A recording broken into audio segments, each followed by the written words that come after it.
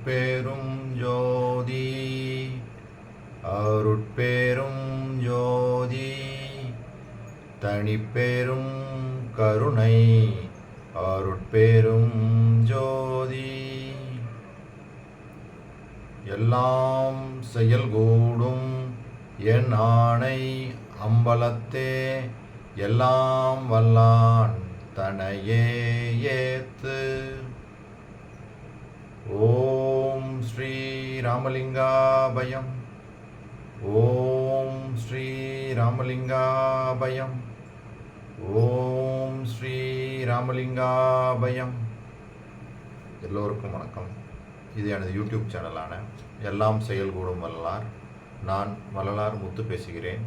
இன்றைய பதிவில் நாம் பிள்ளை பெருவிண்ணப்பம் என்ற தலைப்பின் கீழ் வரும் 59 61 வரை மொத்தம் 4 பாடல்களுக்கான விளக்கத்தை பார்க்க இருக்கின்றோம். முதலில் நான் பாடல் வரிகளை படிக்கிறேன், பின்பு விளக்கத்தை பார்ப்போம். மன்னிக்கவும், பாடல் வரிகள் 58 61 வரை.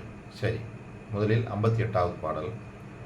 தேட்டிலே மிகுந்த சென்னையில் இருந்தால் சிலுகுரம் என்று உளம்பயந்தே நாட்டிலே சிறிய ஊர்ப்புறங்களிலே நன்னினேன். ஊர்ப்புறம் அடுத்த காட்டிலே பருக்கை கல்லிலே புன்சை களத்திலே திரிந்து உற்ற இழைப்பை ஏற்றிலே எழுத முடியுமோ? இவைகள் எந்தை நீ அறிந்தது தானே. இந்த பாடலுக்கு விளக்கம்.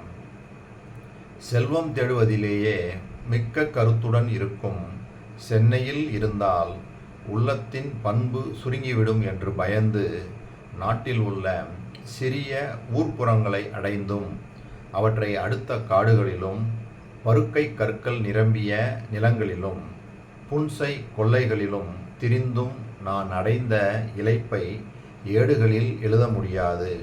இவைகளை எந்தை ஆகிய பெருமான் நீ அறிவாய் அப்படின்னு சொல்லி அவருக்கு அந்த சென்னையில் வாழ்வதற்கு அங்கே உள்ள அந்த பணத்தை தேடியே ஓடக்கூடிய அந்த வாழ்வு முறை அவர் சுத்தமாக பிடிக்கலை அப்படின்னு அது மேலே ஒரு சலிப்பு உண்டாகி இந்த பாடலை இயற்றியிருக்கிறாங்க. இதுக்கு அப்படியே உரைநடை பகுதியில் வள்ளலாருடைய வாழ்க்கை குறிப்பு, அதை வாழ்க்கை சுருக்கமாக கொடுத்துருக்குறாங்க. அதில் என்ன சொல்கிறாங்க பாருங்கள். சென்னை வாழ்வை நீத்தல் அப்படின்னு சொல்லி போட்டு 1858வது வருடம் அதை எழுதியிருக்காங்க. ஆரவாரம் நிறைந்த சென்னையில் வாழ்வதையும் குடும்பத்தினரோடு வீட்டில் இருப்பதையும் பெருமானார் விரும்பவில்லை. தேட்டில் மிகுந்த சென்னையில் இருந்தால் சிறுகுறும் என்று உளம் பயந்தார்கள். இதன் விளைவாக தமது 35வது அகவையில் 1858ஆம் ஆண்டில் ஒரு நாள் சென்னை வாழ்வை நீத்து தல யாத்திரையாக புறப்பட்டு வழியில் உள்ள தலங்களை எல்லாம் வழிபட்டு கொண்டு தில்லையை அடைந்தார்கள் அப்படின்னு சொல்லி அங்கே ஒரு வரலாற்று சுருக்கத்தையே கொடுத்துருக்குறாங்க. சரி, அப்போ இதிலேருந்து என்ன தெரியுதுன்னா, வள்ளல் பெருமான் இன்னும் அந்த வரலாற்று குறிப்பை பார்க்கும்போது 1825 1858 வரை ஏறத்தாழ 33 வருஷம் சென்னையில் வாழ்ந்திருக்காங்க. அந்த சென்னையில் வாழ்ந்து அதுக்கப்புறமா தான் அவர் அப்படியே தல யாத்திரையை அப்படியே நடந்து வடலூர் பார்வதிபுரம் வர்றாங்க. அப்புறம் அங்கே ஞான சபை ஏற்படுத்துகிறாங்க. அப்புறம் அங்கேருந்து மேட்டுக்குப்பம் போய் அங்கே சித்தி வளாகம் உண்டாக்கி அங்கே தான் சித்தி பெறுறாங்க. இதுதான் அவருடைய வரலாற்று குறிப்பாக இருக்குது. அப்போ இதிலிருந்து இந்த பாடல் மூலமாக வள்ளல் பெருமான் அந்த சென்னை வாழ்வை விட்டு வந்ததற்கான அந்த காரணத்தை இந்த பாடலில் சொல்லியிருக்கிறாங்க. சரி, அடுத்த பாடல். என்புடை வந்தார் தம்முகம் நோக்கி என்கொலோ என்கொலோ இவர்தாம் துன்புடையவரோ இன்புடையவரோ சொல்லுவது என்னையோ என்றே வன்புடை மனது கலங்கி அங்கவரை வா எனல் மறந்தனன் எந்தாய். அன்புடையவரை கண்டபோதெல்லாம் என்கொலோ என்று அயர்ந்தேனே அப்படின்னு இந்த பாடல். இதுக்கு விளக்கம். என்பால் வந்தவர்களின் முகத்தை பார்த்து இவர்களுக்கு வந்துற்றது என்னையோ, இவர்கள் துன்புற்றவர்களோ அல்லது இன்பம் உடையவர்களோ, அவர்கள் சொல்லுவது என்னையோ என பலப்பட நினைந்து வன்மையுற்ற என் மனம் கலக்கமுற்று அதனால் வா என்று கூட சொல்லாமல் மறந்தேன். என்பால் அன்புடையவர்களை கண்டபோதும் அவர்களுக்கு உற்றது என்னவோ என நினைத்து மனம் தளர்ந்தேன். அப்போ இந்த பாடல் மூலமாக வள்ளல் பெருமான் என்ன சொல்கிறாங்கன்னா, அவரை நோக்கி வந்தவர்களை பார்த்து அவர்களுடைய மனநிலையை அறிய முடியாமல் வேறு வேறு வேறு வேறு அவங்களுக்கு ஏதோ ஆயிடுச்சோ, அவங்க சங்கடத்தில் தான் இருக்காங்களா, இன்பத்தோடு இருக்காங்களான்னு தெரியாத ஒரு மனநிலை குழப்பத்தில் இருந்து அதனால மனசு கொஞ்சம் அவருக்கு வந்து சஞ்சலமாகுது. அதுதான் இந்த பாடல் மூலமாக அவர் வெளிப்படுத்துகிறாங்க. அடுத்த பாடல், காணுறு பசுக்கள் கன்றுகளாதி கதறிய போதெல்லாம் பயந்தேன், ஏனுரு மாடு முதல் விருகம் இளைத்தவை கண்டு உளம் இளைத்தேன், கோணுறு கோழி முதல் பல பறவை கூவுதல் கேட்டு உளம் குலைந்தேன், வீணுறு கொடியர் கையிலே வாளை விதிர்த்தல் கண்டு என் என வெருண்டேன். இப்போ இந்த பாடலுக்கு விளக்கம், காணப்படுகின்ற பசுக்களும் அவற்றின் கன்றுகள் முதலியனவும் கதறிய குரல் கேட்கும் போதும் வலிமை மிக்க ஏனை மாடுகள் முதலிய பல வகை மிருகங்கள் இளைத்து தோன்றிய போதும் வளைந்த உடம்பை கொண்ட கோழி முதலிய பல வகை பறவைகள் கூவும் போதும் என் உளம் அமைதி குலைந்து வருந்தும், வீண் செயல் செய்கின்ற கொடியவர்கள் கையில் வாள் கிடைத்தால் என் செய்வரோ என அஞ்சினேன். அப்போ இதிலிருந்து இந்த பாடல் மூலமாக பறவைகள் விலங்குகள் அவைகள் வருந்தும் வருத்தத்தை பார்த்து இவர் வருந்துகின்றார். இந்த பாடலில் இருந்து அதான் தெளிவாக தெரியுது. அப்புறம் அடுத்த பாடல், பிரிந்த மண் உடம்பை மறைத்திட வலியார் பின் முன் நோக்காது மேல் நோக்கி அதிர்ந்திட நடந்த போதெல்லாம் பயந்தேன், அவர் புகன்றிட்ட தீமொழிகள் பொதிந்து எனது செவியில் புகுந்தோறும் பயந்தேன், புண்ணியா நின் துதி எனும் ஓர் முதிர்ந்த தீங்கனியை கண்டிலேன், வேர்த்து முறிந்த காய் கண்டு உளம் தளர்ந்தேன். அப்படின்னு இந்த பாடலுக்கு விளக்கம், புண்ணிய பொருளாகிய பெருமானே, மிதித்தலால் உண்டான மண் பொடி எழுந்து பாவிமேனியை மறைக்குமாறு முன்னும் பின்னும் நோக்காமல் மேல் நோக்கி நிலம் அதிரும்படி வலிய உடம்பினர் நடக்கும்போது கண்டும் அவர்கள் வாயால் சொல்லிய தீய சொற்களை எனது செவியில் புகுந்து நிறைந்த போதும் நான் மிகவும் அஞ்சினேன், நின்னை பரவி துதிக்கும் துதி எனப்படும் பழுத்த இனிய கனிகள் போன்ற சொற்களை காணாமல் வெம்ப கெட்ட காய் போன்ற சொற்களையே கேட்டு மனம் சோர்ந்தேன். இப்போ இந்த பாடல் மூலமாக அதிர்ந்த நடையும் கொடுமையான சொற்களையும் கேட்டு அவர் மிகவும் வருந்தினார் அப்படின்றது இந்த பாடல் மூலமாக தெரியுது. இப்போ நம்ம பார்த்த இந்த 4 பாடல்களும் பாருங்கள், அவருடைய மனநிலையை வெவ்வேறுபட்ட அந்த ஒவ்வொரு சூழ்நிலைகளிலும் அவருக்கு உண்டான அந்த நிகழ்வுகளை எல்லாம் அப்படியே வெளியே கொட்டியிருக்கிறாங்க.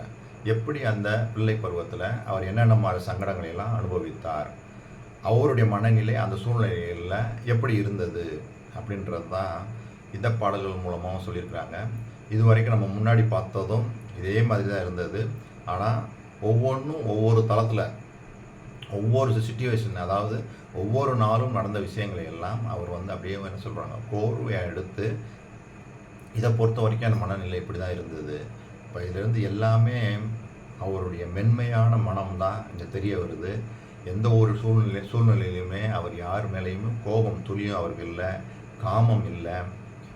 அந்த உறக்கத்தை கண்டு வெறுப்பு உண்டாகுது, உணவை கண்டு வெறுப்பு உண்டாகுது, மைதுனம் என்று சொல்லக்கூடிய அந்த உடல் உறவை கண்டு அந்த வெறுப்பு, பிறர் கூச்சல் கேட்டாலும் சங்கடப்படுறாங்க, 2 பேர் சண்டை போட்டுக்கிட்டு இருந்தாலும் சங்கடப்படுறாங்க, வருத்தப்படுறாங்க. இந்த கடைசி பாடலில் கூட என்ன சொல்கிறாங்க பாருங்கள், சில பேர் அந்த சண்டை ஒருத்தருக்கு சண்டை போடும்போது கோபத்தில் அந்த நெஞ்சை நிமித்திட்டு நடந்து வருவாங்க பார்த்துருக்கீங்களா, நிலம் அதிர் அப்படி நடந்து வருவாங்க பாருங்கள்.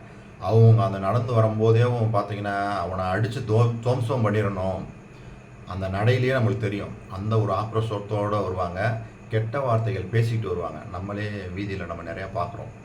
அவங்க கையில் ஒரு கத்தியும் ஒரு பெரிய வாளும் கையில் கிடச்சிருச்சுன்னா என்ன பண்ணுவாங்கன்னே தெரியாது. ஏன்னா அந்த மாதிரி ஒரு ரொம்ப அந்த வெறி கொண்டு அடுத்தவங்களாம் வந்தால் தாக்கி அவனை என்னன்னு பண்ணிடணும், அதை பண்ணதுக்கு அப்புறமா தான் ரியலைஸ் பண்ணுவாங்க.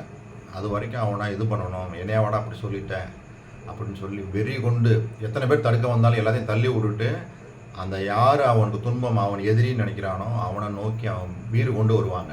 அதைத்தான் அந்த கடைசி பாடலில் சொல்லியிருந்தாங்க. அதை அந்த மாதிரி வர்றவங்களெல்லாம் பார்க்கும்போது மனசு வந்து அப்படியே தளர்ந்து போயிட்டேன் அப்படின்னு சொல்லி சொல்கிறாங்க. அதுக்கு முந்தைய பாடல்களில் பறவைகள் எழுப்பக்கூடிய அந்த ஒலிகள், அந்த வேதனையினால் வர்ற ஒலிகளாக இருக்கட்டும், என்ன ஒலிகள் கேட்டாலுமே சங்கடப்படுறாங்க. இந்த பறவை வந்து துன்பத்தில் மிகுந்த சிரமத்தில் இருக்குதோ அப்படின்னு சொல்லி தான் அவர் மனசு வந்து நடுங்குறதா அந்த பாடலில் பதிவு பண்ணியிருந்தாங்க. அதுக்கு முந்தைய பாடல்லையும் அவரை நோக்கி அன்புடையவர்களாக யார் வந்தாலும் சரி, எதிரில் யாரை பார்த்தாலுமே சரி, இவங்க வந்து துன்பத்தினால் அவதிப்படுறாங்களோ, அதனால தான் நம்மளை நோக்கி வந்திருக்கிறாங்களோ அப்படின்னு அவர் மனநிலை நினைக்குது. அப்போ அவர் 24 மணி நேரமும் பிறர், அதாவது அவரை பற்றி துளியும் அவர் நினைக்கல. பிறர் வந்து இன்புற்று வாழணும், அவர்களுக்கு எதுவும் சங்கடம் இருந்தால் அந்த சங்கடங்கள்லாம் நீங்கணும் அப்படின்னு தான் அவர் மனசுக்குள்ளே எப்பயுமே நினச்சிக்கிட்டே இருந்திருக்காங்க அப்படின்றது தெளிவாக தெரியுது. அதாவது அவருக்காக அவர் எந்த ஒரு பிரயத்தனமே பண்ணலை. அடுத்த உயிர்கள், எல்லா உயிர்களும் இன்புற்று வாழணும், அது பாகுபாடு மனிதர்கள்னு இல்லை, எல்லா ஜீவராசிகளுக்காகவே அவர் வந்து வேண்டுதல் வச்சு அந்த மாதிரி ஒரு மனநிலையிலேயே இருந்திருக்காங்க அப்படின்றது இந்த பாடல்கள் மூலமாலாம் தெரியுது. முதல் பாடலில் ஏன் சென்னையை விட்டு வந்தேன் அப்படின்னா, அது பணத்தை தேடி ஓடி அந்த செல்வத்தையே தேடிக்கிட்டே இருக்கக்கூடிய அந்த பிஸி வேர்ல்டு அப்போயே அப்படி இருந்துருக்குன்னா பாருங்கள், அவர் இருந்த காலங்கள்லேயே அப்படி இருக்குன்னா இப்போ எல்லாம் சொல்ல வேண்டியதே இல்லை. அப்போ அந்த மாதிரி இதில் வந்து அதான் அவர் தான் சொல்கிறார்ல, பணம் இதெல்லாம் வந்து ஏரி செரிகள் எல்லாம் எரிஞ்சிட்டேன் அப்படின்றாங்கல்ல, அவருக்கு அது மேலே வெறுப்பு உண்டாயிருது, அந்த பணத்து மேலேயும் வெறுப்பு உண்டாயிருது, இந்த செல்வத்தை தேடி ஓடுறதுலேயும் அவருக்கு அதுலேயுமே வெறுப்பு வந்துடுது. அதனால தான் அவர் எல்லாத்தையும் தூக்கி போட்டுட்டு தான் அவர் அங்கேருந்து அப்படியே வந்து இந்த வடலூர் வந்து தான் கடைசியில் அந்த மேட்டுக்குப்பத்தில் சித்தி ஆகுறாங்க அப்படின்றது அவருடைய வரலாற்றை பார்க்கும்போது தெரியுது. இப்போ நான் சொன்ன இந்த விஷயங்கள் எல்லாம் வள்ளல் பெருமான் பிள்ளை பெருவிண்ணப்பம் என்ற தலைப்பின் கீழ் அவர் சிறு பிராயத்தில், அவர் பிள்ளை பருவத்தில் அவருக்கு உண்டான அவருடைய மனநிலைகளை வெளிப்பாடாக சொல்லியிருக்கிறாங்க. அதே சமயத்தில் அது சொல்லியிருந்தாலுமே நம்மளும் இன்றைக்கி வாழ்நாளில் அதெல்லாம் எடுத்துக்கிறணும். ஏன்னா இதில் எல்லாமே பாருங்களேன், எதுலேயுமே பிடிப்பே இருக்காது, பற்றுக்களே இருக்காது, எல்லாமே துறந்த அந்த நிலையை தான் சொல்லிகிட்டே வருவாங்க. நம்மளும் இந்த சன்மார்க்கத்தில் பயணிச்சுட்டு இருந்துகிட்டு இருக்கும்போது நம்மளுக்கும் இந்த நிலையை தான் வரணும். ஃபைனலாக நம்ம இதெல்லாம் வந்தால் தான் கடவுள் நிலையை அடைய முடியும். பற்றுக்களோடையேவும் இருக்கிறோம் அப்படின்னா நம்ம வந்து இந்த மாயை வசப்பட்டு இதே போதும், இதுதான் வந்து நம்மளுக்கு இதெல்லாம் வந்து இன்பமாக இருக்குது அப்படின்னா, இந்த உணவு ஆகட்டும், உறக்கமாகட்டும், மைதுனம் என்ற இந்த உடல் உறவாகட்டும், இதெல்லாம் நமக்கு இன்பம் கொடுக்குது, உலகியல் வாழ்க்கையிலேருந்து நம்ம இன்பத்தோடு இருக்கிறோம், இதெல்லாம் வந்து எனக்கு இன்பமாக நம்ம வந்து உணர்கிறோம் அப்படின்னோம்னா நம்ம வந்து மாயை வசப்பட்டே இருக்கிறோம்னு அர்த்தம். கண்டிப்பாக ஒரு நாள் மரணம் சம்பவிக்கும். அப்போ மரணமில்லா பெருவாழ்வை பெறணும் அப்படின்னா இதற்கு மேலெல்லாம் சலிப்பு வரணும். வள்ளல் பெருமான் தெளிவாக சொல்கிறாங்கல்ல, அதாவது அனைத்து ஜீவராசிகளின் மேலும் உயிர் இரக்கம் வரணும், கடவுள் மேலே பக்தியாகி அன்பு வரணும், இந்த உலகத்தின் மீது வந்து நம்மளுக்கு வந்து வெறுப்பு வரணும். இதைத்தான் வந்து தெளிவாக சொல்கிறாங்க. இது 3 தான். இது 3ஐயும் வச்சுக்கிட்டு தான் நம்ம இந்த மரணமில்லா பெருவாழ்வை பெற முடியும் என்ற இந்த சிந்தனையோடு நான் இந்த வீடியோவை நிறைவு செய்கின்றேன். இதுவரை பொறுமை காத்து எனது வீடியோவை பார்த்த உங்களுக்கு கோடான கோடி நமஸ்காரங்களும் நன்றிகளும். மீண்டும் நாளைய பதிவில் இதன் தொடர்ச்சியாக இன்னும் வள்ளல் பெருமான் சொல்லக்கூடிய விஷயங்களை எல்லாம் பார்ப்போம். அருட்பெரும் ஜோதி அருட்பெரும் ஜோதி தனிப்பெரும் கருணை அருட்பெரும் ஜோதி.